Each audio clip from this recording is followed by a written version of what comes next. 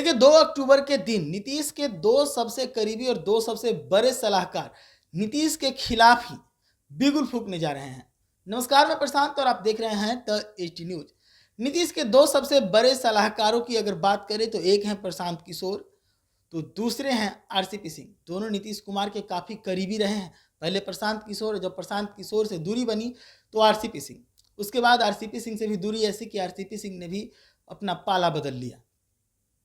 तो आप सभी को पता है कि 2 अक्टूबर के दिन जनसुराज पार्टी का रूप लेने जा रही है, जिसको लेकर प्रशांत किशोर ने आधिकारिक घोषणा भी किया है कि 2 अक्टूबर को जनसुराज पार्टी बन जाएगी।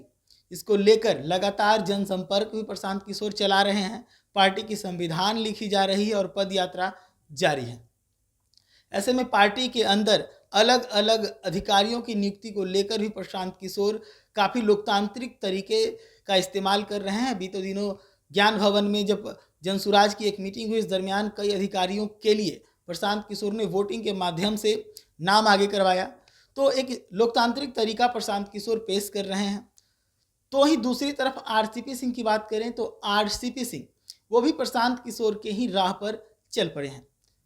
जिस प्रकार से प्रशांत किशोर ने जनसुराज पद यात्रा से अपनी पार्टी की शुरुआत की, उसी प्रकार से आरसीपी सिंह अब पद यात्रा पर हैं। 22 जुलाई से उनकी पद यात्रा शुरू हुई है और जिस प्रकार से प्रशांत किशोर 2 अक्टूबर को अपनी पार्टी की घोषणा करेंगे, उसी प्रकार से आरसीपी सिंह भी 2 अक्टूबर को अपनी पार्टी की घोषणा करेंगे। हालांकि जनसुराज का जो पद यात्रा है वो लंबे समय से चल रहा है और काफ़ी व्यापक है, जबकि आरसीपी सिंह का जो पद यात्रा है वो काफ़ी छोटा होने वाला है। लेकिन इन सब के बावजूद उनका एक रोड मैप जो है वो जारी किया गया है। मैंने पहले भी खबर चलाई थी और उसमें ही मैंने बताया था कि प्रशांत किशोर की राह पर आरसीपी सिंह निकल पड़े हैं।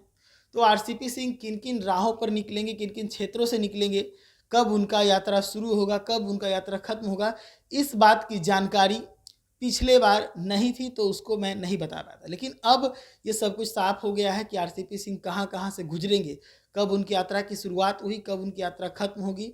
और मैंने बता ही दिया किस प्रकार से 2 अक्टूबर को उनकी भी पार्टी का घोषणा हो जाएगा। तो हम आपको एक मैप बताते हैं जिसके माध्यम से मैं आपको बता पाऊंगा कि आरसीपी सिंह किन किन क्षेत्रों में अपनी पद यात्रा करने वाले हैं। आरसीपी सिंह पद यात्रा की शुरुआत 22 जुलाई से कर चुके हैं। यात्रा के दरमियान वो मुजफ्फरपुर, मधुबनी, सुपौल, सहरसा, मधेपुरा, खगड़िया, बेगूसराय, उजियारपुर, सीतामढ़ी, शिवहर, मोतिहारी, बेतिया, गोपालगंज और सिवान तक पहुंचेंगे। तो ये आरसीपी सिंह का वो मैप है और ये मैप जो है वो 5 सितंबर को पूरा कर लिया जाएगा आरसीपी सिंह के द्वारा। 22 जुलाई से शुरू हो चुका है उनका यात्रा। आप सभी को मैं बता दूं कि आखिर आरसीपी सिंह नए रास्ते पर क्यों चल पड़े हैं। तो देखिए, आरसीपी सिंह नीतीश कुमार के काफ़ी करीबी रहे हैं। राजद में उनको भरोसा नहीं है, राजद के खिलाफ उनका हमेशा से रवैया रहा है, राजद में उनको भरोसा नहीं है। तो जदयू छोड़ने के बाद वो बीजेपी गए।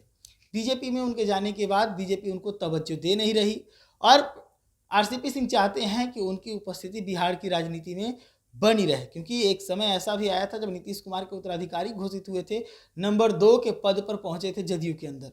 लेकिन उसके बाद फिर मतभेद हुआ और मतभेद ऐसा कि जदयू को छोड़ा और बीजेपी के अंदर चले गए। बीजेपी में भी तवज्जो नहीं मिली तो अब चाहते हैं आरसीपी सिंह कि वो अपनी नई पार्टी बनाएं।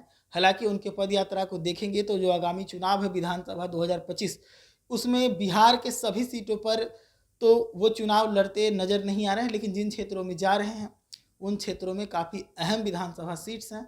तो उन अहम विधानसभा सीटों पर आरसीपी सिंह अपने कैंडिडेट को उतार सकते हैं। ऐसे ही तमाम खबरों के लिए जुड़े रहिएगा द न्यूज़ के साथ। धन्यवाद।